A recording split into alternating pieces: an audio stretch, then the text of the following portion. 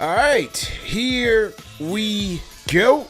Salute to Knicks Nation on this Tuesday afternoon. The number one show for the fans, by the fans, back at it, back from the 305, man. CP the Fanchise in the building. On today's episode, Knicks Weekly is back. We're going to recap the week that was for the New York Knicks, the good, the bad, and the ugly. We will preview tonight's matchup against the Milwaukee Bucks. And going to have to start with the injury report because Knicks are going to be missing a couple of guys again tonight. So hit the like button, hit the share button, subscribe to the channel. And once again, salute to our loyal Fanchise channel members in the building. All right, let's get into it, man. All right, man. Salute to the family once again. Good to be back. Good to be back in the neighborhood on the New York side of things. Once again, salute to our Fanchise channel members. Damian Tucker, Aiden Wilson. I see you, Stevie Nicks. I saw Stevie Nicks down there in Miami. And shout out to everybody who came down to the 305 because once again, we had ourselves a fantastic time. Okay. So Knicks go 2-1 on the campaign. A successful opening night against the Cleveland Cavaliers. Shorthanded, but another win against the Cleveland Cavaliers. And then they come back at home and beat the Celtics, go 2-0. You have Josh Hart returning, 14 rebounds for Josh Hart. 5 Knicks in double figures in both games. And hey, last year they couldn't beat the Eastern Conference elite, which was Boston and Cleveland at the time. And now this year, although both teams are shorthanded, Cleveland more in the near term and Boston for their long-term season, the Knicks got that W and, took that monkey off the back, if you will. Then they go to South Beach, in which we were there, and lost to the Heat. Flat. Absolutely flat for the Knicks, and so they go 2-1 on the campaign. And so, you know what? From the good part, let's start off on the good.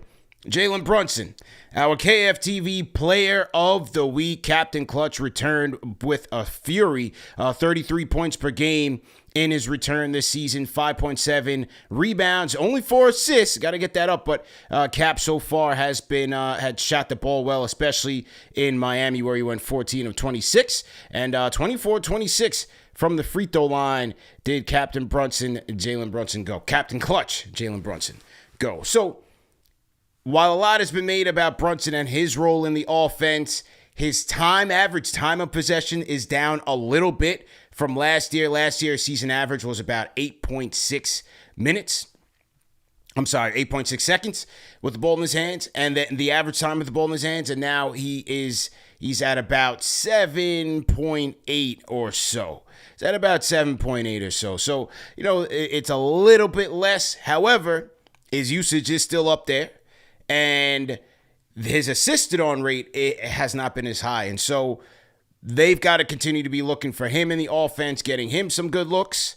And Brunson, in turn, has been shooting the ball well. We're just waiting for the rest of the team to catch up.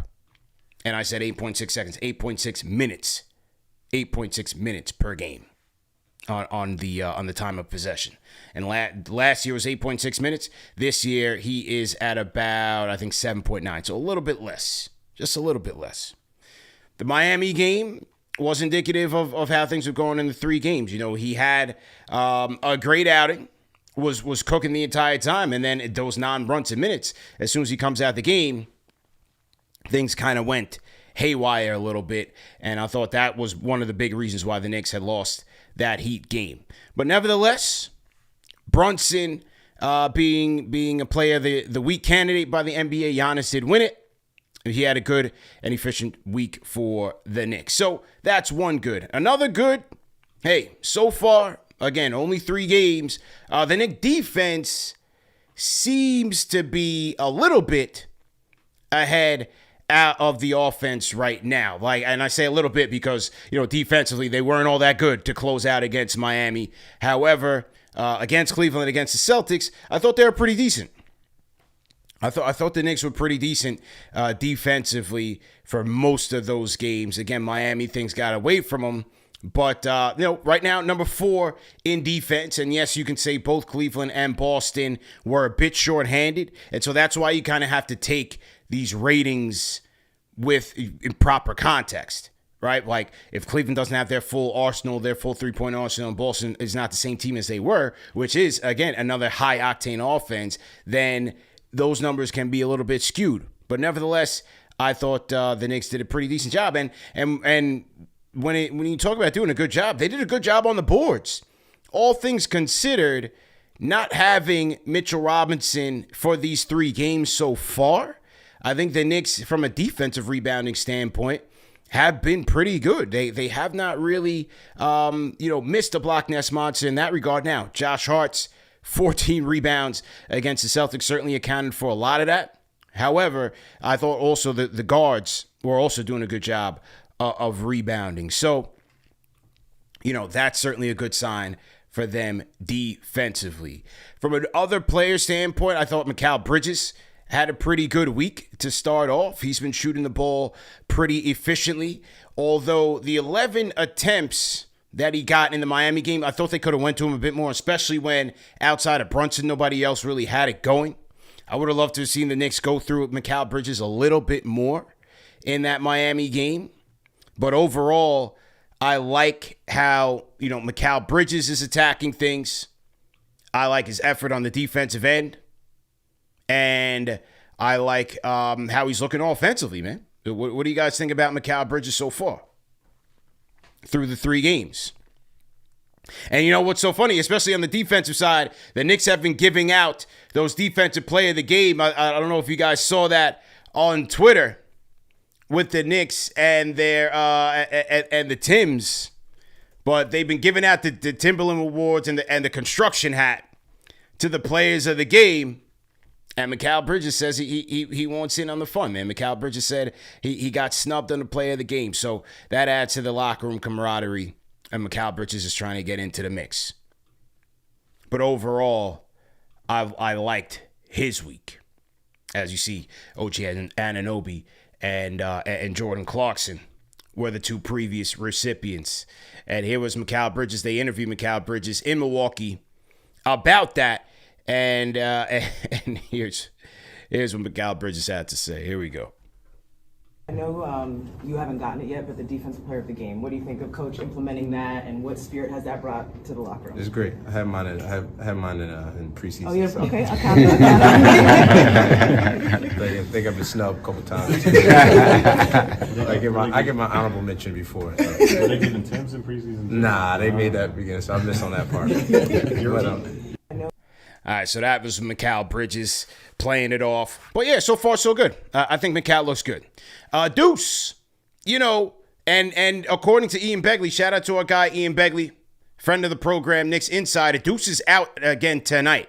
Deuce McBride is going to miss tonight's game. He missed the Miami game for personal reasons, and Deuce is going to be out tonight. And I thought Deuce's presence was missed in the Miami game, especially with the bench's struggles. They went 4 minutes without a bucket.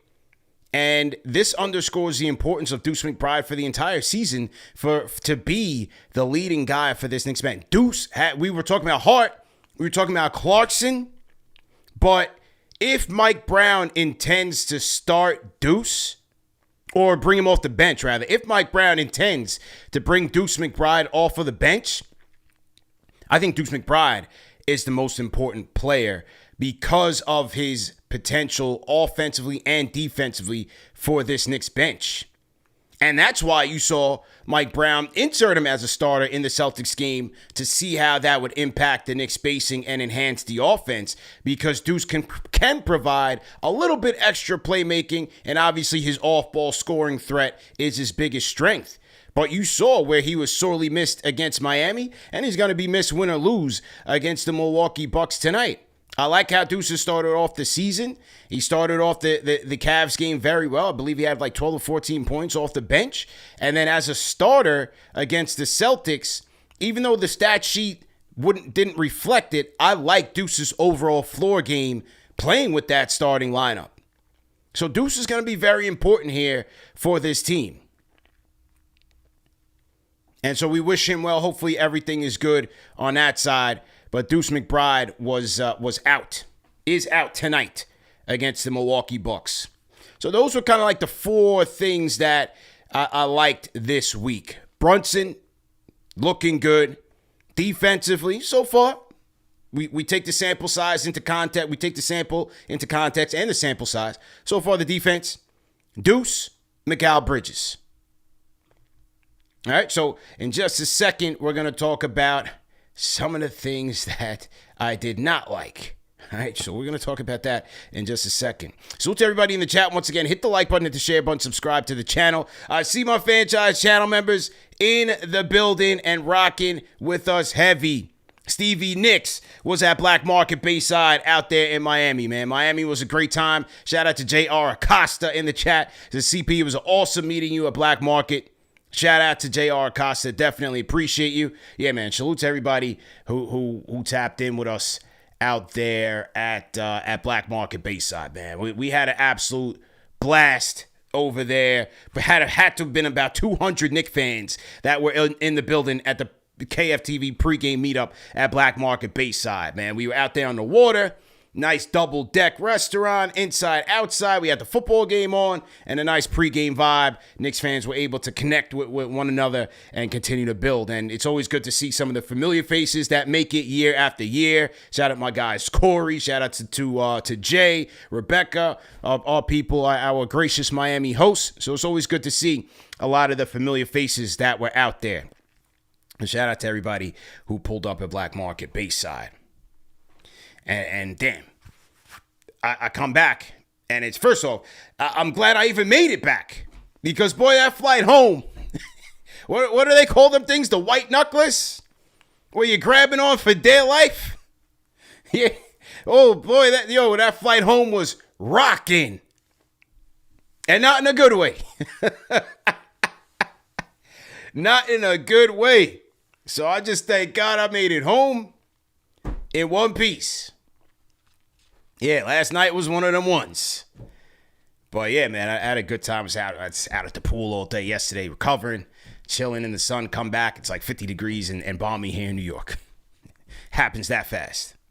Shout out to everybody in Jamaica, man. Pray for Jamaica, please. Category 5 Hurricane Melissa, touchdown in Jamaica. So please keep my family, my friends in your thoughts and prayers, and make sure that and as we hope that everybody gets through that one okay. All right. What else we got here, man? Salute to our friends at Manscaped for sponsoring today's show. Fellas, make sure that you guys are getting your Manscaped, the new and improved Lawnmower 5.0, fellas. Listen to that thing, man. This thing's got a Ferrari engine in there, man. The #1 men's grooming tool below the waist. No testimonials.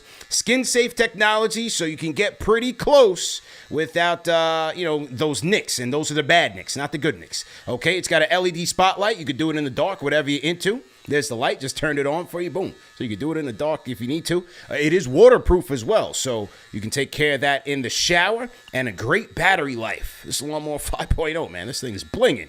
All right, so check them out, manscaped.com. Use our code KFTV for 15% off plus free shipping. That's 15% off plus free shipping. All right, so that's Lawnmower 5.0. Then they also have the Handyman. This is the close-knit shaver. Okay, you got the Handyman here. That's a close-knit shaver. And then you have the Chairman, which is your electric foil shaver here. Okay, so that's just for you guys at home, man. Above the waist, below the waist, for your beard, for your family jewels, for the proper manscaping. Manscaped has you covered. And as I said, 15% off plus free shipping. You can't lose. Shout out to our friends at Manscaped for sponsoring today's show.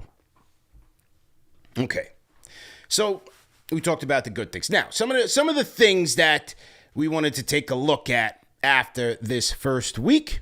Hey, the offense. The talk has been about the offense. Right now, they are the 22nd rated offense in the NBA just after those 3 games. And outside of Brunson, team is kind of struggling to find their fit. A lot of you guys did not like the threes that were taken in that Miami game. 57 three-point attempts. The Knicks missed 39 of those, okay? So they're not shooting the ball efficiently at all. Right now, they are, in terms of scoring efficiency, effective field goal percentage, at 28th in the league. So they're second to last in the league in effective field goal percentage. They're 29th at the rim. They are 28th in the mid-range, and they're 24 from three. So they're not hitting from any spot on the court. But again, 3 games in, we'll wait for them to get the efficiency up. One of the things I have liked is they are passing the ball. They are swinging the ball. The ball movement is there. They're about 5th right now in passes made and received in the league. So they are trying to get those looks. And I thought, for the most part, they're generating pretty good looks. They're just not hitting. Just not hitting. And especially the Miami game, they went ice cold. So, as Mike Brown said, he thinks the defense is ahead of the offense. And it's only 3 games. So I wouldn't worry about it. I think their shots come back tonight. And I think they get back on the winning side of things tonight. There was a lot made. They got in late from Miami. They got in late. They got into Miami late, rather. They got in at 2 a.m. on Sunday. Was that part of the reason why they were a bit lethargic out there on both ends of the floor? Could be. Everybody wants to say they went out. No, they did get in late. They got in at 2 a.m. on Sunday. And so with the game starting at 6 o'clock, maybe they were just a bit off of their rhythm. So I'd expect them to bounce back a bit tonight against Milwaukee. So offensively, we'll have to see. Now, Mike Brown has gone in the 2 games so far. He has gone in the 3 games so far. He's gone with a double big lineup in 2 of those 3 games, starting Yabusele alongside Karl-Anthony Towns. In the second game against the Celtics, he did go with Deuce. Now, tonight against Milwaukee, against Giannis and Turner, I would expect another outing with Huck Porty there at the 5 and Towns there at the 4. Now, as far as Towns is concerned, there's been chatter. There's been some chatter in terms of his role, getting him more involved. Obviously, they have to get him more involved. Cap is already there. They have to get Towns going. I've liked how they've utilized Towns in the high post as a passer. But, look, to one degree, you could say he's hoisting up a lot of threes. But you could also say that he is moving the ball well. And this offense does emphasize balance, versatility, and diversity.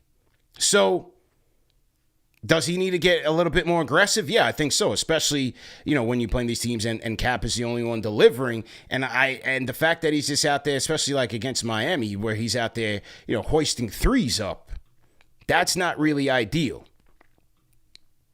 I do wonder, like in the Miami game, 8 of the 14 shot attempts came from 3.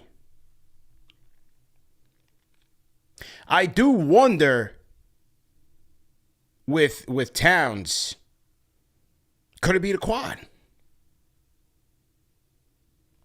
Could it be the quad impacting Karl-Anthony Towns a little bit? He is dealing with a grade 2 quad strain. So is that the reason for the imbalance in the shot diet where he's shooting a lot of these threes rather than driving into the paint and driving out of the post-ups? Could the quad injury be impacting him? I'd like to hear someone from the beat ask him that and see how he feels, see how that quad is really feeling. Right now, Karl-Anthony Towns is questionable for this game against the Milwaukee Bucks. And he's been questionable on the injury report for every game, for all 3 games. So could it be the quad injury and this is more of a pain tolerance, pain management situation? Javier, why are they getting in at 2 a.m.? From what the article said, or for what Stephen Bondi said, there was one of the plane personnel had a medical emergency, and there was a delay there, and that's why they got in late.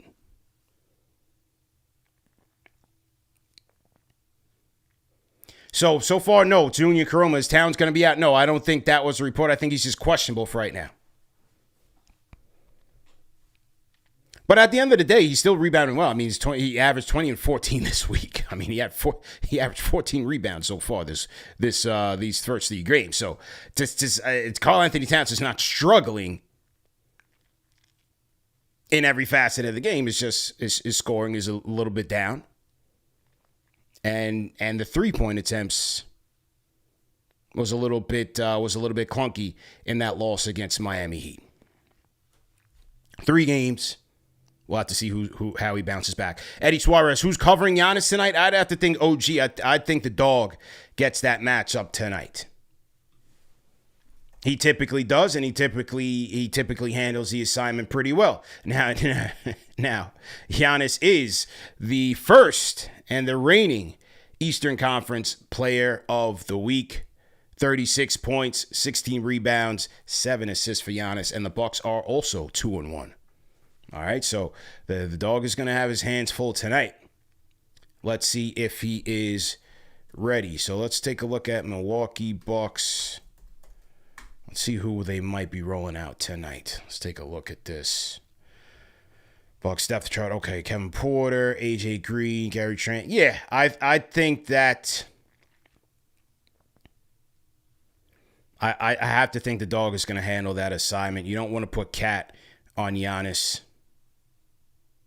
It's going to be interesting to see how the Knicks match up. It'll be very interesting because Gary Trent is day to day. We gotta see who they're starting. So if they're starting Kuzma, Giannis, Turner, yeah, gonna be tricky. You start off with Huck Porty. He's gonna put Huck Porty in foul trouble instantly. And then where do you put Cat?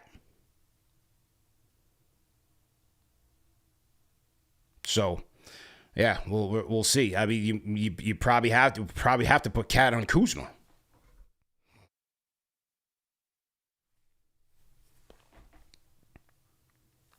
So I have to see who Milwaukee's trotting out there tonight. You can call me up in the KFTV Discord. Get your thoughts in on this week. On last week, rather, and the week ahead. Knicks taking on the Milwaukee Bucks in Milwaukee, and then they will take on the Chicago Bulls in a home-and-home. The first of which will be an NBA Cup game. Just trying to see if we have any, because the Bucks have some injuries as well that they're dealing with. I just want to see if we have any information on the Bucks starting lineup. Let's take a look at this. Salute to everybody in the chat once again. Good to be back here with you guys. Let's take a look. Who did they play last week? I mean, yeah, who did they play last week? They played Cleveland on Sunday. And they went with Rollins, Green. Yeah, Trent is day to day. Yeah, so it's most likely going to be Kuzma in that Trent spot.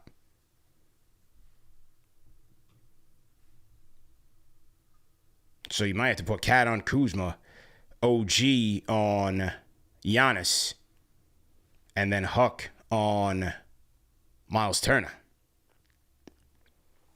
Let's see how they play that. Stevie Nicks says Kuz might not play. Okay, Kuz might not play. All right, so let's wait. We're game time is at 8 o'clock. We'll wait and see how that plays out so we can kind of determine matchups. So, offense, Cat, the threes will balance out. Live by the 3, die by the 3. It's always going to look ugly when they're bricking them. But I still think by and large they were able to generate some good shots there. And the shots will come their way. They will fall. Yabusele, next up on the ice cold list. If we're doing stock watch, Gershon Yabusele's stock is all the way down right now. I mean, the guy can't buy a basket, is struggling mightily right now. And again, 3 games. He's shot 10 attempts, 5 points, 1 of 7 from 3, shooting 20% from the field and 14% from 3. I mean, Yabusele has been absolutely brutal. His struggles from the preseason are carrying over. And now he's dealing with a knee injury. He will be questionable for tonight's game against the Milwaukee Bucks. So not only is he struggling, now he's potentially injured. Looks like he might have hurt himself in the Miami game. Is it the weight? Is it the workload, given that he played Eurobasket? He's struggling. He's struggling to fit in here. He looks slow. He looks lethargic. He looks like he's laboring out there. Has not been efficient with his shot. Defense hasn't been good. Okay, you want to talk about he sets good screens? That's great. But he really hasn't been doing anything else. So we're going to have to wait and see, man. It might take him a little while to get up to speed. But this is a different situation for Yabusele. This isn't Philly, where he didn't have to defer because you had no Paul George, you had no Joel Embiid for the entire season. So there were games Yabusele started. There was games he came off the bench. He was a lot more involved. He's got to get used to impacting the game without scoring. Got to be able to impact the game without scoring. So that means he's got to get after it on the boards. He's got to play defense, get some takeaways.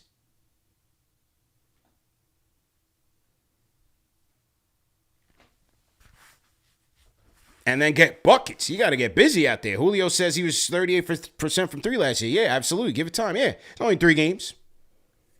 But through the 3 games, stock is down, man. Stock is down. It just doesn't look good. So we'll give him some time to get acclimated. Maybe he's pressing a little too much.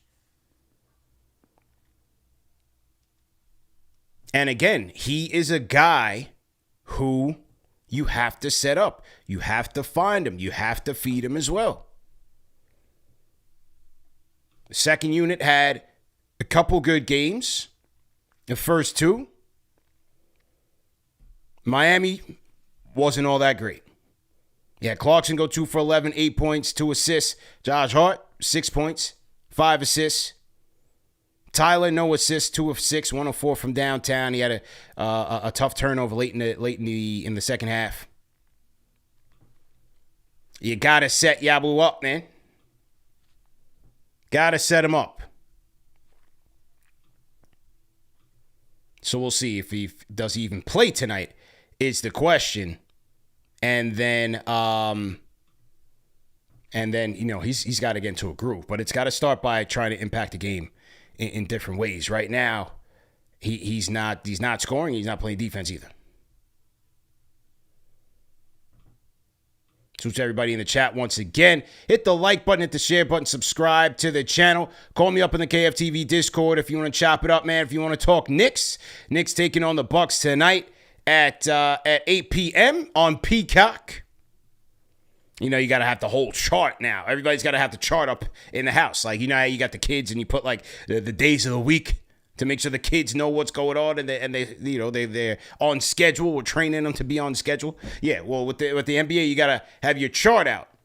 Monday, Tuesday, Peacock. Wednesday, MSG. This, Amazon. Yeah. Maybe it's just me. Maybe I'm just getting old, man.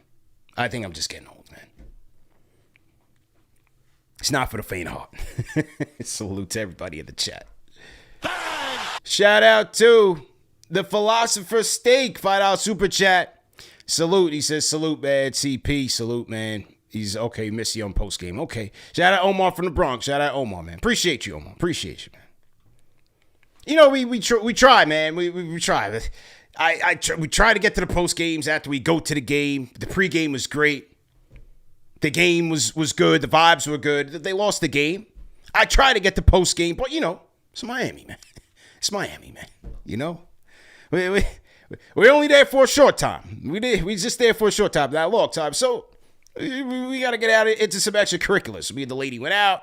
Me and the family, all the family went out. Nice time, drinks, music, and all of that. We went to the club first, actually. We went to the little club that's inside at Casillas Center because it is Miami, right? What would Miami be without a club everywhere? So they had a club inside the arena. So we went to the arena club, had a couple of pops there, and then we went we went to another spot. So, we had to get on Miami on for a little bit. We had to kind of manage the demands. But we'll be back in action. We'll be back in action tonight on postgame for regular time, regular place, same format. And that's that. But appreciate you, Omar, for tapping in. Okay, we got some people here on the Discord. We'll load some people up. And then we got to talk about this Amare soundbite. This Amare soundbite is making its waves right now. Did Amare take a shot at Melo? Let's talk about it. Let's get to Hooper. Hooper on the Discord. Go ahead and unmute your mic. Hooper. Yo, How you doing, man? I like your takes overall this week. I agree with you. Like, we just gotta, we're getting there. We'll be all right. Yeah. Defense gotta be better though. We gotta have 40 more minutes. I don't like seeing how 40 on the bench for too long. I need him out there. Yeah, well, he's going to get a chance tonight, and we're going to see because he's going to get tested. The thing is, they test him right away. He is looked at as one of the weak links of that Knicks defense until you prove otherwise. And so right off the rip, as soon as he gets in the game, what happens in the Miami game? Bam goes right to him. Right to him and draws a foul. So tonight, same thing. They're going to try to draw the switches on the Greek Freak. He's going to try to take him to the basket, and we're going to see if Huck can hold it steady with the verticality, or if they're going to catch him a little undisciplined. It's a big test for him tonight with Turner and Giannis. Is there any update on Mitch? No, yeah, Mitch is out again. Mitch is out again tonight. So you got no Mitch tonight and no Deuce. No Mitch, no Deuce tonight. Gotta get more production from this bench. 8 points is, absurd. Yeah. Bench needs, Needs Deuce. Bench needs Deuce. Deuce is the anchor for that unit. Yep. Bench needs Deuce. So, last year he was hampered by injury early last year. Now he's got personal things. Hey, life can be life at times. So we wish him a speedy recovery. Good luck with everything that he's dealing with, and hopefully he comes back a healthy mind and body. It's a good team. Yeah, so far, man. It's three games, man. 3 games. Yeah, 3 games. We'll get the offense. We'll get right. Yeah. All right, man. Shout out to Hooper, man. Shout out to Hooper, man. I know, he was kind of whispering a little bit, right? It's like 4:20. It's 4 o'clock in the afternoon on the East Coast, my guy. He's kind of whispering, like, I don't know. Did he go to school today? Was he cutting school? Damn, like he was up to something, didn't he? Sounded like he was on some sort of side quest. I ain't trying to be no accomplice in that, my guy. Who else we got in the chat? Wise guy, salute. Stevie Nicks, Mitch is working on this truck, so that's funny. Shout out to Shay Burgess. He said, at work. Okay, shout out to Shay, man. Tapping in with KFTV. Shout out to Shay. If you guys are on the grind, throw in the hashtag grind. We'll shout you out, of course. And always good to be back, man. Always good to be back. It started a little late. We usually try to do these on the lunchtime grind. You guys know that. We usually try to do this on the lunchtime grind, but I just had to, getting back and catching up and set up and go to a grocery store, all that life stuff, man. Just resetting and get to it. Plus, we got a game tonight. Right. Was it me or was my man on like a little side mission? I said, I don't know about this, man. I'm getting old, but in my younger days, I'm like, yo, no doubt. Whatever you doing, I'm doing. Let's go. Now I'm older, man. I'm more cautious. Like, yo, what you doing over there, man? Value by freedom. D-Block on the grind. Okay, Junior Caroma, salute. Arrow Pro Rican, grinding. Javier, grinding but not working. All right, that's okay. Take your time, man. You put in the work. Shout out Caroma. Okay, where should we go? Should we go football or do we go to worst take? You guys want to go worst take? All right, let's go to work. Let's go to worst take. Let me load up the worst takes. And we got to get to this Amare stuff, man. Okay, let me pull it up. Where are we at? Okay, all right. So here's the scene, man. This first and foremost, let me set the scene. So once again, we have another edition of Worst Take, and on Worst Take, we go around the NBA media landscape, whether it's a podcast, a blog, a tweet, a group chat comment, and we react to anything related to the Knicks. And we react to it, we give it a grade. 1 being trash, all the way up to 5 being facts. You guys at home, you guys are the judges. You let me know your takes. Leave a comment in the comment section. And on this episode of Worst Take, Amare Stoudemire talks Knicks. Here is a question this is from the Run It Back podcast. Here's our esteemed panel here. The Running Back podcast talks Amare and Knicks. And let's react to it. Here we go. After that Phoenix run, then you go over to New York and you reunite with Coach D'Antoni. I had him down in Houston, so I know the vibes with D'Antoni. And then later on in February, Carmelo Anthony joined that group. Why do you feel? What's your thoughts in hindsight? Why that team didn't quite get over the hump? Because you guys had a hell of a lot of talent and were highly touted. Why do you think that particular group didn't get over the hump? Well, when I first got to New York, I wanted to go to a place. First of all, I was raised in New York, right? I moved to New York in the 3rd grade. I was there until high school, basically. So I was familiar with New York. But then also, D'Antoni was there. And so I felt like it was a great reunite situation to go to New York. And I knew D'Antoni would let me play my game, right? A lot of people at that time thought I was only a pick and roll guy and I only could do these things. And I'm like, that's far from the truth. So when I got to New York, I knew D'Antoni would allow me to play my full game. And that's what I was able to accomplish that first half of that season. And I was playing team basketball. I was getting everybody involved with Wilson Chandler, Raymond Felton, Gallinari. All these guys were playing, having career years. And then once we brought in another superstar like Carmelo, he requires a lot of attention. So when Melo comes to our team, the ball it's not moving as much because Melo requires a lot of attention. He's one of the offensive greats. So when he gets to basketball, he's looking to score. And so a lot of the cohesiveness somewhat faded away during that time. And then I also started suffering some injuries year 2, year 3, battling back and forth. And that's kind of how things panned out throughout that time in New York. We tried our best. We gave it all we got, but we just couldn't get over the hump. All right, so rate that take in the chat. 1 being trash, up to 5 being facts. What do we think about that? Amare Stoudemire on why things did not work out for the Knicks. I'm going to give it a 5.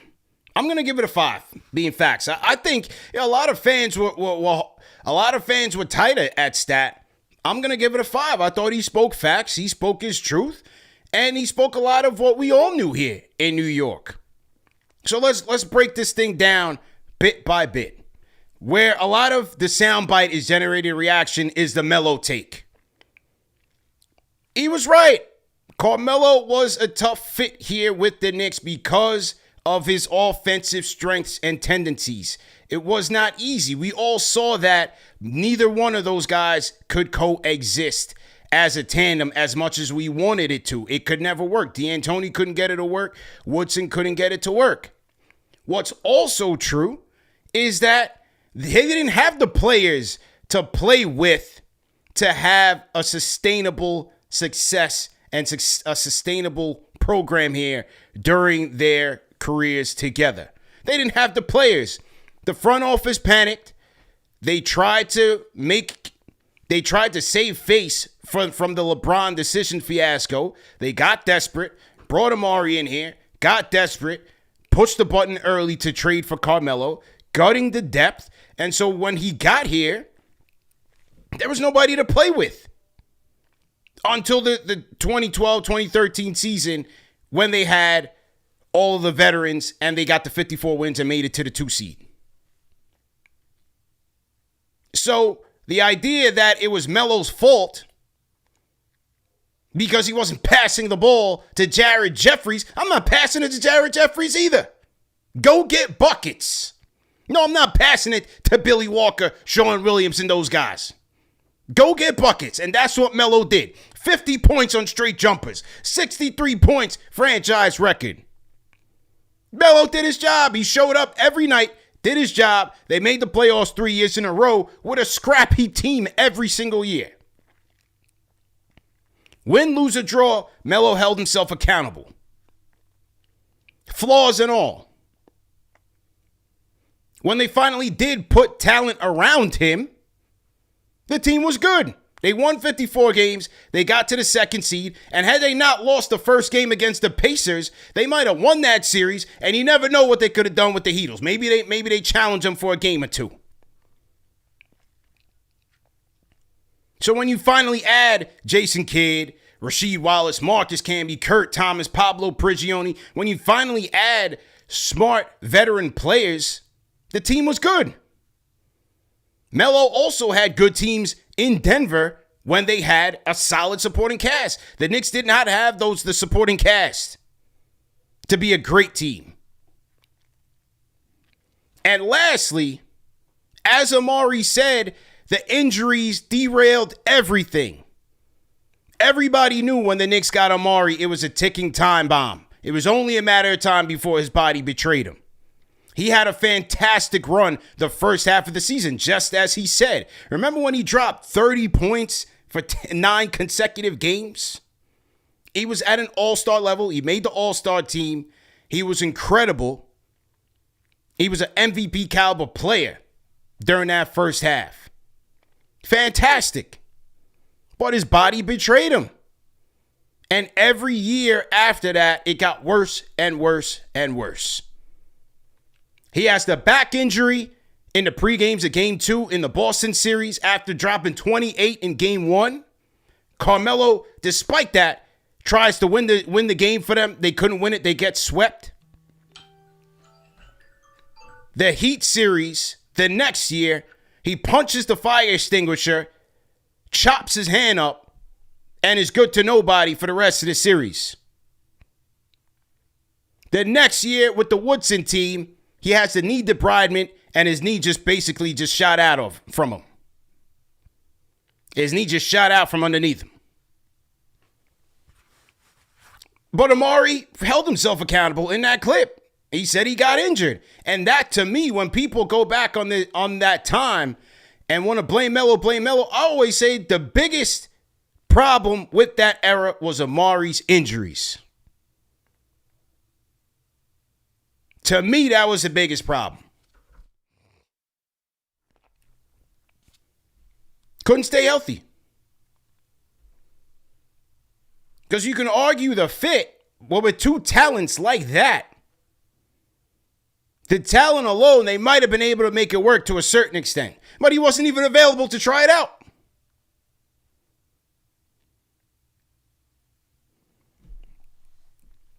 So to me, everybody has a share in this. You want to blame Melo? Certainly is your right. I thought the organization had a lot to do with it in how they panicked to make these moves, and Stat had a big part of it, that he wasn't even there.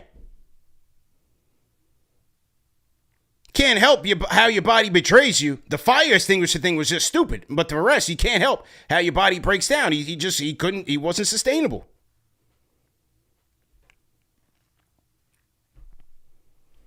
And everybody talking to Melo Ballhawk thing, what do you want him to do? You want to pass him to Tony Douglas to get us a W? We ain't passing the ball, man. Get buckets. Who pass it to Billy Walker? Why Melo ain't pass it to Billy Walker tonight? Why you think?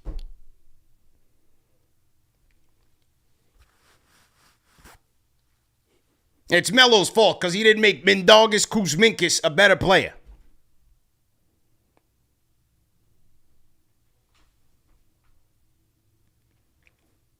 Look, again, at the time, I think the most realistic Knicks fans knew it was never going to work out. It looked great. We had 2 All-Stars. We were starving for some sort of relevance. They made it very interesting in 2012-13. Very fun. A lot of fun in 2012-13. They made it interesting. And ultimately, you bring in Bargnani the next year. It was just a lot of just nonsense. The coaching carousel, the Phil thing, the Bargnani thing. Think about all the forces and the factors involved in this equation. You had these 2 All-Stars that couldn't play together. Maury injuries. General management can't untie their own knots. Just can't get over it. Mistake after mistake after mistake. coaching carousel. Phil Jackson just doing God knows what with the team. There was just a lot of chaos, man. There was a lot of chaos. But anyway, thank goodness for the Brunson era. Thank goodness for the Brunson era. Father Peace, Knicks management failed Melo. Although he gave up a lot for him, they failed to build a team around him. They're part of it.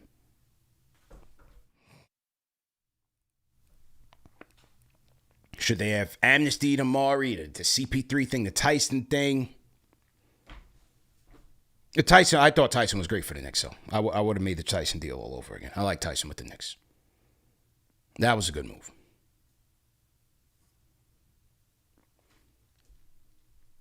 So, yeah. I'm going to give it a 5. I'm going to give it a 5, man. Let's load some people up on the Discord and hear what they got to say, man. LD, I'll close with you. Who is this? Molly? Molly, go ahead and unmute your mic. Molly, are you there? Oh, hello. Yep. How you doing, man? What's up? Wait, I'm trying to fix my audio. Sorry. Okay. You could hear me? Yeah, loud and clear, sir. Floor is yours. Okay. I just wanted to see your opinions for like tonight's game. What are like the takeaways you think are going to be for tonight's game? Yeah, stop Giannis, win the game. Slow down the freak and win the game. You're not worried about Miles Turner? No, never. No. And I saw like a rumor that said that Yabu might not be playing. He's on the injury list. I don't know if that's real. Well, no, he is questionable for tonight. There is concerns about some sort of knee discomfort or knee injury. He is questionable for tonight. So we'll see. So do you think it will be still be a winnable game? Let's say if we know why the Milwaukee Bucks some sort of juggernaut, man? You sound scared, bro. You scared? No. I'm not scared. I mean, I can't remember the last time we lost to Milwaukee, honestly. Yeah, man. But I don't know. I'm just still thinking. I mean, I'm just still like you can't get over that Heat loss. You can't get over that Heat loss, right? It's just like Norman Powell. He's a good player, but like. Yeah, come on, we got to contain him. You kind of knew what kind of night it was going to be when Norman Powell was hitting shots like that. When he started out the game hot like that, I said, yeah, it's going to be a long night. He's going to be their pace setter. I didn't automatically think the Knicks were going to lose, but I did think that once he got off to a hot start like that, I kind of saw it was going to be a tricky night. And when it comes to Yabu, I mean, I know he got a lot of heat after that game. I know a lot of people were kind of on him. Yeah. But I feel like we got to give him some time. Like, that was only our third game. So yeah. He just needs to find, get comfortable with the team. And I think eventually, hopefully, we can get there. Okay.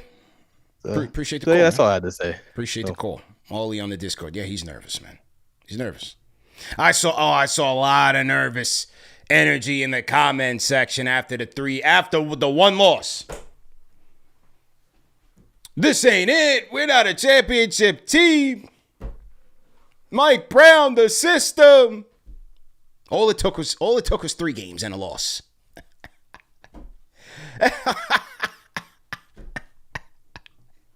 All it took was 3 games and a loss to have somebody out jumping out the window and panicking.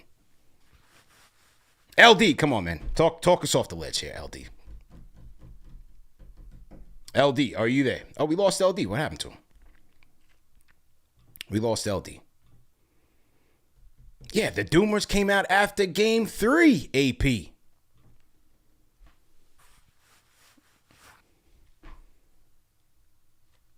Hang in there. keep the faith, Knicks fans. It's only 3 games, man. We can't be doing that, man. We can't be doing that. But anyway, man, great to be back. We'll be back in just a couple of hours. We're going to hit the reset button here. We'll be back for post-game live, Knicks versus Bucks. Let's see if the Knicks can get back to the winning side of things. Remember to hit the like button, hit the share button, subscribe to the channel. As always, salute to the replay gang. Salute to Manscaped, man. Use our code KFTV, 15% off, plus free shipping. Go to manscaped.com. Shout out to our guys, man. And yeah, we'll see you guys later, man. Great show.